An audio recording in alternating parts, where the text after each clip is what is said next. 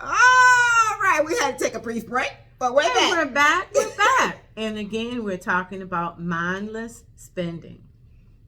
So, we're asking, do you think you have I don't want to say a problem, is it cause for concern with your spending? So, what I challenge is how you feel about the delivery that you receive. When we get something new, if you're like me, you're excited. I'm excited. I'm like, woohoo! Mm-hmm. And you get a joy, a euphoria. Mm-hmm. And you feel special. You queen for a day. Like, I mean, I'm queen every day, but you really, excited when you able to get your hands on something that you saw and you got it and you wanted it. Now, what happens when that's every day? And again, we talked about that gray truck.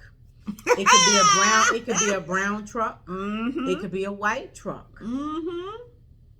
If you find that you're having these people in these services daily, weekly, you have to ask yourself, do I need every single thing that came in those boxes to my doorstep? And I know right away we're going to say, yeah, we needed them, and we're going to justify why we needed them. And for most of the things that you speak of, it is probably true that you did need them. Then you get into, well, I didn't need 3 of them. Or I didn't need, one in every color. Or I ordered this and forgot, and I went to the store and bought it. So that's where it falls into the lane of mindless spending. And so what you want to do is not be mindless about it, but you want to be mindful spending.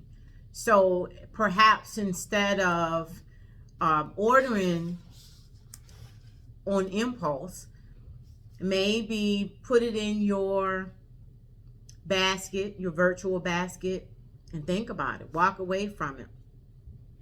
Maybe decide that you only going to spend a certain amount on items. Obviously, the things that you need for your household, you get those things, whether it be by ordering online or whatever. And so those things would continue. But it is the extra things that we have to ask, do we need it? Now, I know some of you may be saying, well, if I make the money, what's the problem? And truly, if that's the situation, there is no problem. But you could certainly put that money to use in other avenues. Well, what you mean? What you mean, Rachel? Glad you asked. What you mean, Rachel? So perhaps you have noticed that you spend, you are a thrifter. I'll say that. And you score great deals, whether by couponing or rebating, and you score and you get laundry detergent, toothpaste, toothbrushes. You got a great deal on some canned goods. And so that could be a way where you are doing mindful spending, where you can purchase those items and then you can donate those items. Now, you still got the thrill of shopping. You had the thrill of the hunt. You found a deal, and you're still able to do some good with that, along with those feelings of joy and euphoria that we get when we have something new arrive or we find a deal. You can share that bounty with someone else. I think overall what we have to do is acknowledge, do we think we have a problem? Because a lot of us are saying, no, we can afford it. It's not that big of a deal.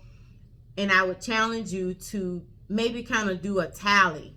So a particular month, do a tally of how much you spend in the categories. And look at the things that you bought that maybe you didn't need, but you wanted, which again, I addressed before, is nothing wrong with wants. But you want it to be in alignment and you want it to make sense. The other thing is, if you say, hey, I do have a problem, I do shop a lot, but I like the stuff or whatever. So you have to think about why you shop. What does it do for you? As I shared with Carolyn, I think sometimes people shop because it fills a void. But what is that void? Is the void because you're bored? Is it because you are lonely? Is it because you feel that you need to keep up with, I'm gonna say, the Joneses? That, what does it do for you? And that may help to discover how you could roll it back. So I gave the one example of, if you are someone that likes to shop, okay, you could shop, you get a bounty at the grocery store, or you order bulk or whatever, and you share your bounty with someone else. You donate it. You maybe help a neighbor out. You still get that thrill of shopping. You got something new, but you can be a blessing to someone else. Maybe it is a situation where you're shopping because you are trying to measure up somehow, that you think you need to have a new shirt on, because Sister Sue always got a new shirt on when she comes to church or we have our meetings. She's always cute. She told me where she shops, so I got to do that too. Do you need to do it? Do you need to be Sister Sue? If you are lonely, maybe branching out, finding a group, book club or something to occupy and give you that social, to fill that social void or gathering. But I believe ultimately when we overspend, it is something that we are looking for, and that we are searching for in the thrill of the hunt. And again, it's not all bad. You have the money, great. It's even better if you have the money and you can comfortably shop like that. But there are also things that you could do in lieu of shopping, as all of the examples I gave before. You could also take that money and maybe pay down a bill. You could take that money and put it in a high yield savings. You could take that money and save it. I mean, you could sow a seed to someone. You could lots of things that you could do with it. And just because we know we have it, that shouldn't be, well, I got it, I'm gonna spend it. You want to save that or redirect it, do something else with that money, that will still perhaps maybe not give you the same euphoria as you get shopping, but give you something else to be excited about with your money. And you just move in a different direction. Instead of having things pile up in your home, you got dollar signs, zeros piling up in your bank account. Anything you want to add, Carolyn? I think she covered it. I think she thoroughly covered it. What do you all think? I think I think what stood out for me, as you all can see, I was taking notes. I love to take notes when I can possibly be getting some nuggets. Got to write it down. I love it. What stood out for me, what does it do for you? Once we, like Rachel said, once you figure that out, it's a personal thing. It's not about everybody else. It's about you. Mm-hmm. What does it do for you? Then you start to get into the depths of things, the roots of things, and it's like, once you figure it out, then you're able to fix it. I love it that you said acknowledgement is the first thing. Mm-hmm. Love that. So do you think that individuals would benefit from maybe an accountability partner? Sure. Yeah. Absolutely. If you are someone that you feel that this is difficult for you to do on your own, and you have someone that you trust. So it's important that the person, you have some discernment about the person.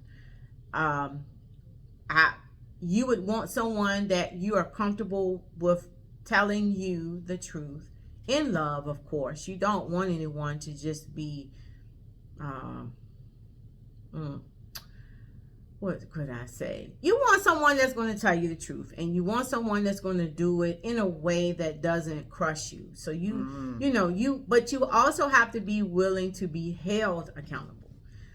If if you're gonna, bristle against the person because they're pointing out some things, are you going to get upset with the person? Are you going to stop sharing with the person, and you're going to kind of go like, undercover and keep doing it? So an accountability partner works if you want it to work, and if that's what you think you need. Most people may say, well, I just will just stop on my own.